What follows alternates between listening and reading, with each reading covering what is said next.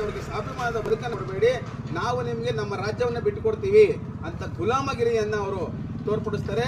ಅದೇ ಮಾಡಿದಂತಹ ಮಹಾರ್ ಸೈನಿಕರನ್ನ ಬ್ರಿಟಿಷರು ಸಹ ವಂಚನೆ ಮಾಡ್ತಾರೆ.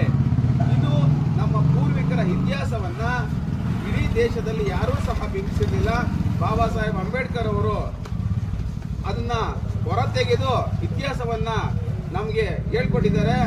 1818ರಲ್ಲಿ ನವೆಂಬರ್ 1ರಂದು ಮಹಾರ್ ಸೈನಿಕರು ಪೇಶ್ವೆಗಳ ಹೋರಾಟ ಮಾಡಿ ಗೆದ್ದಂತಹ ಈ ಹೋರಾಟದ ಇತಿಹಾಸವನ್ನ ನಾವು ಇವತ್ತು ಪ್ರತಿ ವರ್ಷ ಭೀಮ್ ಆರ್ಮಿ ಏಕತಾ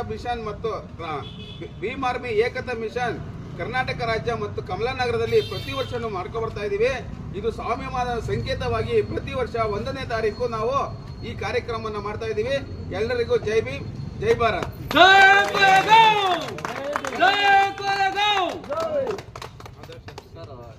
ಇತಿಹಾಸವನ್ನು ಮರೆತವರು ಇತಿಹಾಸವನ್ನು ಸೃಷ್ಟಿಸಲಿಕ್ಕೆ ಅಸಾಧ್ಯ ಅಂತ ಹೇಳ್ಬಿಟ್ಟು ಬಾಬಾ ಸಾಹೇಬ್ ಅಂಬೇಡ್ಕರ್ ಅವರು ಹೇಳಿದ್ದಾರೆ.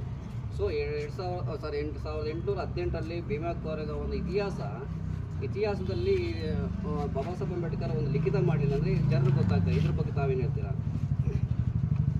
ಬಾಬಾ ಸಾಹೇಬ್ ಅಂಬೇಡ್ಕರ್ ಅವರು